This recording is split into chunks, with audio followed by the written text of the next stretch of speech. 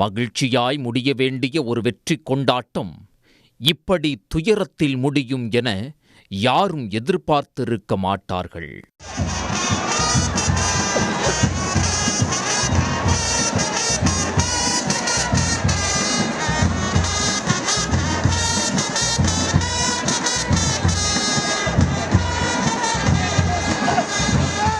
நடந்து முடிந்த IPL cricket தொடரில் பெங்களூரு ராயல் சேலஞ்சர்ஸ் அணி முதல் முறையாக கோப்பையை கைப்பற்றியது. இந்த வெற்றியை கொண்டாடும் வகையில் கர்நாடக அரசின் சார்பில் வெற்றி விழா கொண்டாட ஏற்பாடு செய்யப்பட்டது. மாநகரின் கப்பன் சாலையில் உள்ள சின்னசாமி கிரிக்கெட் மைதானத்தில் கொண்டாட திட்டமிடப்பட்டது. அங்கு 34,000 பேர் மட்டுமே அமரும் வகையில் வசதிகள் உள்ள நிலையில் 2 லட்சத்திற்கும் மேற்பட்டோர் குவிந்ததால் கடும் கூட்ட நெரிசல் ஏற்பட்டது. இதில் சிக்கி 11 பேர் பரிதாபமாக உயிரிழந்தனர். 100க்கும் மேற்பட்டோர் காயமடைந்தனர்.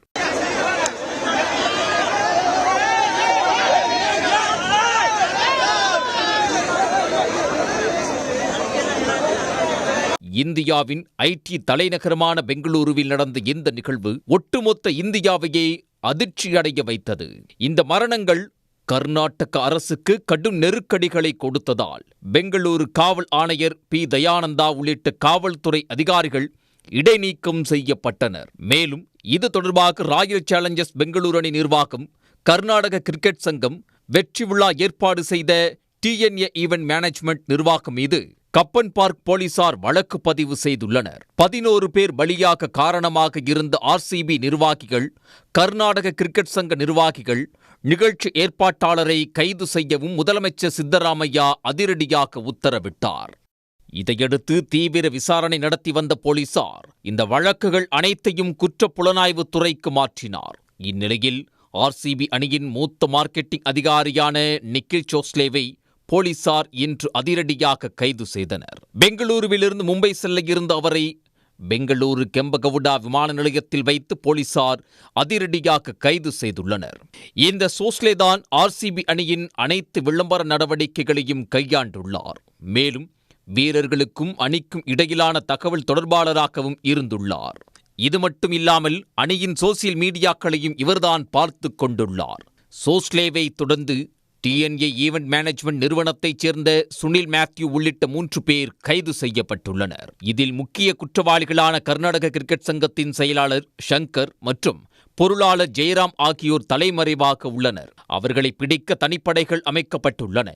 இதனிடையே பெங்களூரு அணியின் கேப்டன் ரஜத் படிதர் மற்றும் விராட் கோலி மீதான விமர்சனங்களும் சமூக வலைதளத்தில் அதிகரிக்க தொடங்கியுள்ளன. குறிப்பாக புஷ்பா பட ரிலீஸின் போது திரையரங்கில் ஏற்பட்ட கூட்ட நெரிசலில் பெண் ஒருவர் உயிரிழந்ததால் அந்த படத்தின் நாயகன் அல்லு அர்ஜுன் மீது வழக்கு பதிவு செய்யப்பட்டு அவர் கைதும் செய்யப்பட்டார்.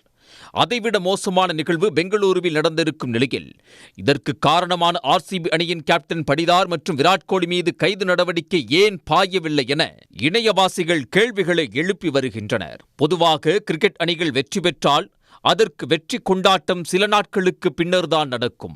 இந்திய அணி T20 உலகக்கோப்பை வென்ற பின் 5 நாட்கள் கழித்து கொண்டாட்டம் நடைபெற்றது. CSK, மும்பை அணிகள் வென்றால் 3 அல்லது 4 நாட்கள் கழித்து கொண்டாட்டம் நடைபெறும். ஆனால் பெங்களூரு அணி கோப்பை வென்ற மறுநாளே கொண்டாட்டம் நடந்தது ஏன் என்ற கேள்வி எழுந்துள்ளது. இது மட்டுமில்லாமல் வெற்றி கொண்டாட்டத்திற்கான ஏற்பாடுகளில் பல்வேறு குழப்பங்கள் இருந்துள்ளதும் தெரிய வந்துள்ளது. பெங்களூரு காவல்துறை வெற்றி அணிவகுப்புக்கு அனுமதி இல்லை என அறிவித்த பின்பும் RCBயின் அதிகாரப்பூர்வ எக்ஸ் பக்கத்தில் விதான் சௌதாவிலிருந்து சின்னசாமி மைதானம் வரை வெற்றி அணிவகுப்பு நடைபெறும் என்று அறிவிக்கப்பட்டது.